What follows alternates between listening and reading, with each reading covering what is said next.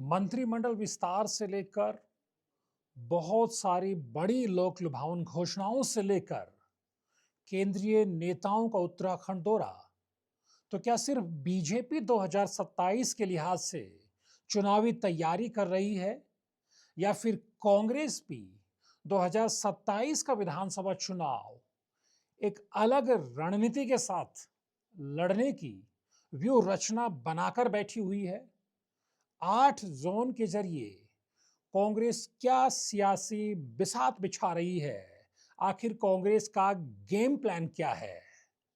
दोस्तों नमस्कार, मैं हूं पवन लाल चंद और प्योर पॉलिटिक्स में आज बात 2027 को लेकर गणेश गोदियाल कांग्रेस का उत्तराखंड को लेकर गेम प्लान क्या है, उसका सिलसिलेवार तरीके से आज विश्लेषण करते हैं। जिस अंदाज में मुख्यमंत्री पुष्कर सिंह धामी ने चुनावी साल में 5 कैबिनेट की बर्थ जो वेकेंट चल रही थी उनको भर दिया है, हरिद्वार का रिप्रेजेंटेशन रुद्रप्रयाग का, देहरादून जिले को नई ताकत, इस तरह से कोशिश की एक सामाजिक क्षेत्रीय समीकरण बनाने की ताकि हर जिले हर लोकसभा क्षेत्र का प्रतिनिधित्व सरकार में दिखाई दे, हर तबके का प्रतिनिधित्व दिखाई दे और 2027 में बीजेपी जो हैट्रिक लगाने का, जीत की हैट्रिक लगाने का दावा कर रही है, उसका रास्ता आसान बन सके। तो क्या कांग्रेस जो उत्तराखंड की मुख्य विपक्षी पार्टी कुछ भी नहीं कर रही है, गणेश गोदियाल को कांग्रेस का प्रदेश अध्यक्ष बनाना हो या फिर कैंपेन कमेटी की जिम्मेदारी प्रीतम सिंह को देनी हो या चुनाव प्रबंधन समिति का दायित्व हरक सिंह रावत को देना हो, नेता प्रतिपक्ष यशपाल आर्य हैं ही और सबसे ऊपर हरीश रावत मार्गदर्शक मंडल की तरफ जाते हुए सबको देखभाल करने के लिए, सलाह मशवरा देने के लिए और अपने अनुभव अपने तजुर्बे का साझा करने के लिए हरीश रावत हैं। यानी कांग्रेस ने जब 1.25 साल पहले ही चुनाव के सारे पत्ते इस अंदाज में बिछा दिए थे, तो अब कांग्रेस क्या सुस्त नजर आ रही है? जी हाँ, बिल्कुल इस तरह का दिखाई दे रहा है ऊपरी स्तर पर, लेकिन अंदरूनी स्तर पर कांग्रेस अपनी चुनावी व्यूह रचना में लगी हुई है। ये सवाल लगातार उठ रहा है कि गणेश गोदियाल नवंबर 2025 में अध्यक्ष बनते हैं, आज मार्च खत्म होने को आ रहा है लेकिन उनकी कार्यकारिणी नहीं बन पाई। तो क्या कार्यकारिणी के मुद्दे को कांग्रेस में उस अंदाज में तवज्जो नहीं मिल रही है या उसे बैक सीट पे डाला गया क्योंकि कांग्रेस के भीतर छोटी कार्यकारिणी गणेश गोदियाल बनाना चाहते हैं और नेताओं ने अपने समर्थकों की जंबो लिस्ट थमा रखी है? यही वजह है कि जो कांग्रेस का नेतृत्व है वो रणनीति बदल करके कार्यकारिणी के मुकाबले 8 जोन में उत्तराखंड को बांट करके चुनावी बिसात बिछाने की तरफ आगे बढ़ गया है। राहुल गांधी का यही मैसेज गणेश गोदियाल के लिए है, नेता प्रतिपक्ष यशपाल आर्य के लिए है और समूचे उत्तराखंड कांग्रेस के लिए है। तो ये 8 जोन में उत्तराखंड के 13 जिलों को, उत्तराखंड की 70 लोकसभा सीटों को किस अंदाज में बांटने की कोशिश कांग्रेस कर रही है, इसका खुलासा आज हम करने की कोशिश करते हैं। इसको एक तरह से डिकोड करने की कोशिश हम करते हैं। जिस तरह से कांग्रेसी कॉरिडोर से खबर हम तक निकल कर आ रही है कि कांग्रेस ने पूरा ब्लूप्रिंट तैयार कर लिया है और जिस अंदाज में कुमाऊं के दौरे के दौरान गणेश गोदियाल को जबरदस्त भीड़ का समर्थन मिला है, उसके बाद बहुत जल्द इसका खुलासा किया जाएगा कि 8 जोन किस अंदाज में बनाए गए हैं और किन किन नेताओं को क्या क्या जिम्मेदारी दी गई है। यानी रणनीति राहुल गांधी की स्पष्ट तौर पर उत्तराखंड कांग्रेस के नेताओं के लिए यही है कि चुनाव कलेक्टिव एफर्ट के साथ, यानी एक सामूहिक नेतृत्व, सामूहिक जिम्मेदारी के साथ लड़ा जाए, क्योंकि ये कांग्रेस नेतृत्व बखूबी जानता है कि उत्तराखंड में कांग्रेस खेमों में बटी रही है और यही कांग्रेस का सबसे बड़ा संकट हिमालयी राज्य में है।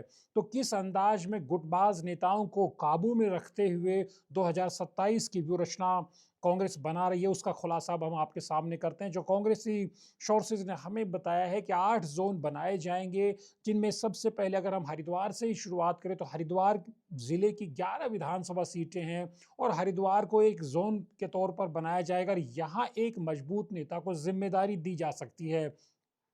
मान लीजिए वो जिम्मेदारी हरीश रावत, क्योंकि हरीश रावत को लेकर के लगातार हम पहले भी बताते रहे हैं कि इस तरह से हरीश रावत चूंकि इतने बड़े कद के नेता हैं और कांग्रेस के सबसे तजुर्बेदार नेता हैं, लेकिन उनको इस तरह से ना तो अध्यक्ष वो बने हैं, ना कैंपेन कमेटी 2022 में उनको सौंपी गई थी वो उनको सौंपी गई है।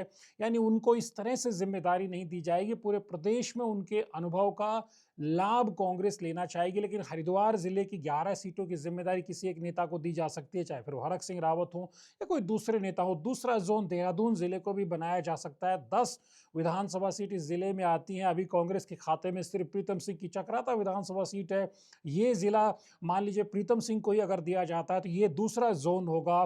तीसरा जोन उधम सिंह नगर को बनाया जाता है, जहां हरिद्वार की तर्ज पर उधम सिंह नगर में भी कांग्रेस ने पिछले चुनाव में अच्छा किया था। यशपाल आर्य को क्या उधम सिंह नगर का जिम्मा दिया जा सकता है? नैनीताल को एक चौथे जोन के तौर पर कांग्रेस में बनाए जाने की बात की जाए। क्या गोविंद सिंह कुंजवाल को नैनीताल जिले की जिम्मेदारी दी जा सकती है?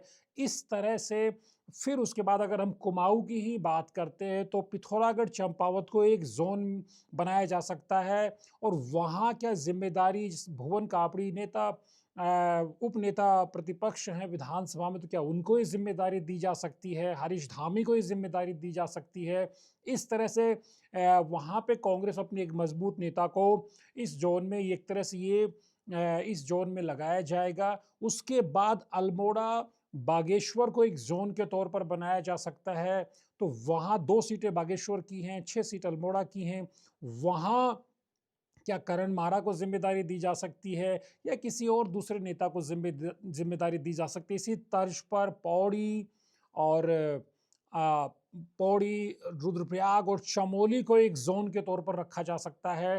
टिहरी और उत्तरकाशी को एक जोन पे रखा जा सकता है। यानी जिस अंदाज में कहीं सी जिले में 6 सीट हैं, कहीं पे 5 सीट हैं, कहीं 2 सीट हैं, कहीं 3 सीट हैं, इस तरह कोशिश करके ये 8 जोन बनाए जाएंगे। यानी बड़े जिले हैं, फिर चाहे उधम सिंह नगर, हरिद्वार, देहरादून, नैनीताल, ये 4 जोन होंगे। पिथौरागढ़ चंपावत 5वां जोन होगा। अल्मोड़ा बागेश्वर को 6ठा जोन बनाया जा सकता है। और पौड़ी, रुद्रप्रयाग, चमोली को 7वां जोन, और फिर उत्तरकाशी, टिहरी को 8वें जोन। इस तरह से ये तमाम जो 13 जिले हैं कि 70 विधानसभा सीटें, और उनको कांग्रेस ने एक तरह से पेपर पे इस तरह प्लान किया जा रहा है, एक पूरा गेम प्लान बनाया जा रहा है। यहाँ पर 8 पार्टी के जो मजबूत नेता हैं, फिर चाहे गणेश गोदियाल प्रदेश अध्यक्ष हैं, उनका प्रभाव पूरे प्रदेश में, उनकी डिमांड पूरे प्रदेश से रहेगी, उनकी नज़र पूरे प्रदेश की 70 विधानसभा सीटों पर रहेगी।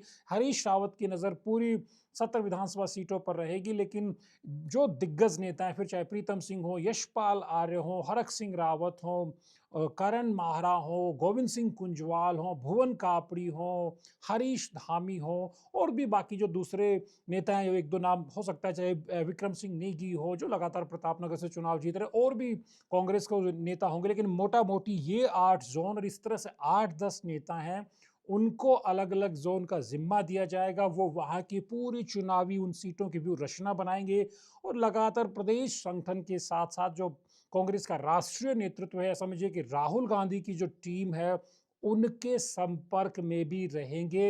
वहां किस तरह की गतिविधियां, चुनावी गतिविधियां, क्या व्यू रचना बनाई जा रही है, उसको लेकर सीधे प्रदेश नेतृत्व को भी और दिल्ली को भी रिपोर्ट किया जाएगा। तो कांग्रेस एक डिफरेंट तरीके से, एक अलग किस्म की रणनीति के साथ 2027 के विधानसभा चुनाव में उतरना चाहती। इस लिहाज से जो प्रदेश कार्यकारिणी है, उसको लेकर जो प्रदेश के जो नेता हैं, उनमें बहुत ज्यादा उस तरह की बेचैनी अब नहीं है, क्योंकि असल चुनावी व्यू रचना, असल चुनावी रणनीतिकार, ये 8 जोन में जो नेता अलग अलग स्थापित किए जाएंगे, सारा दारोमदार इन्हीं पर रहेगा, जवाबदेही इन्हीं की रहेगी। नेताओं को अपने चुनाव, यानी अपने विधानसभा क्षेत्र में अपने चुनाव को भी देखना है, और जो जिले या जो जोन इन नेताओं को मिलेंगे, वहाँ की परफॉर्मेंस के आधार पर इन नेताओं का आगे का जो राजनीतिक भविष्य है वो भी तय होने वाला है। तो अपने तरीके से बीजेपी की रणनीति है कि 2027 में जीत के वो हैट्रिक लगाए। बीजेपी का एक कॉन्फिडेंस इसलिए भी आ रहा है कि 14 का लोकसभा चुनाव, 19 का लोकसभा चुनाव और 24 का लोकसभा चुनाव, 3 के 3 लोकसभा चुनाव में लगातार 5 की 5 प्रदेश की लोकसभा सीटों पर बीजेपी ने प्रधानमंत्री नरेंद्र मोदी की लहर में बड़े अंतर से चुनावी फतेह हासिल की है, जीत हासिल की है। और अब बीजेपी इसीलिए कहती है कि 17 का चुनाव बड़े बहुमत से जीता, 22 का चुनाव विधानसभा का बड़े बहुमत से जीता, और 27 में भी लोकसभा चुनाव की तर्ज पर जीत की हैट्रिक लगाएगी। लेकिन कांग्रेस में जिस अंदाज में गणेश गोदियाल को आगे किया गया। उसके बाद जो रिस्पॉन्स कांग्रेस में दिखाई दे रहा है, जो अपने तरीके से गणेश गोदियाल कांग्रेस कर रहे हैं कि नेताओं के भीतर जो गुटबाजी है उसको कंट्रोल किया जाए, और जो रिस्पॉन्स जिस तरह के मुद्दे गणेश गोदियाल उठा रहे हैं उनको रिस्पॉन्स भी मिल रहा है। खासतौर पर उनके कुमाऊं दौरे को आप देखिए, सोमेश्वर में अच्छी खासी भीड़ उनकी जनसभा में महिलाओं की खास तौर पर आई है। फिर वहीं पर वो शराब का मुद्दा, शराब की दुकानों का मुद्दा उठा करके धामी सरकार को, राज्य सरकार को टारगेट करते हैं। यानी अपने तरीके से गणेश गोदियाल भी अपनी सियासी पत्ते बिछा रहे हैं। तो कुल मिलाकर के 8 जोन्स का जो गेम प्लान कांग्रेस बना रही है, जिसका खुलासा आने वाले समय में हो सकता है, हमने आपके सामने इसका खुलासा भी कर दिया। लेकिन आधिकारिक तौर पर, औपचारिक तौर पर कांग्रेस का जो प्रदेश का नेतृत्व है वो अपने तरीके से इसकी घोषणा करेगा। हो सकता है इसमें कुछ एक दो जो जोन हो उसमें किसी दूसरे नेता को जिम्मेदारी दी जाए, उसमें कुछ थोड़ा बहुत परिवर्तन हो, लेकिन मोटा मोटी जो कांग्रेस का चुनावी इलेक्शन गेम प्लान है वो यही है कि एक तरह से नेताओं को डिसेंट्रलाइज किया जाए और छोटी छोटी जिम्मेदारियां, अलग अलग जोन्स की जिम्मेदारियां उनको दी जाएं, और रणनीति जोन वाइज बनाई जाए, न कि पूरे प्रदेश के वाइज एक रणनीति हो। पूरे स्टेट की बजाय 8 जोन की रणनीति बने, और वहाँ जो नेता होगा उनकी जवाबदेही तय की जाए, उनसे अपडेट लिया जाए किस तरह से चुनावी वहाँ पे रणनीति, किस तरह की कार्य योजना, एक्शन प्लान किस तरह का बनाना है। तो कुल मिलाकर के ये कांग्रेस का पूरा इलेक्शन गेम प्लान हमने आपके सामने रखा है। आप क्या सोचते हैं, आपको क्या लगता है, क्या इससे कांग्रेस को कामयाबी हासिल हो सकती है, या कांग्रेस की जो पूरी जो चुनावी रणनीति है उसको आप किस नज़रिए से देखते हैं? बीजेपी की चुनावी रणनीति के बरेक्स कमेंट करके जरूर बताइए। नमस्कार।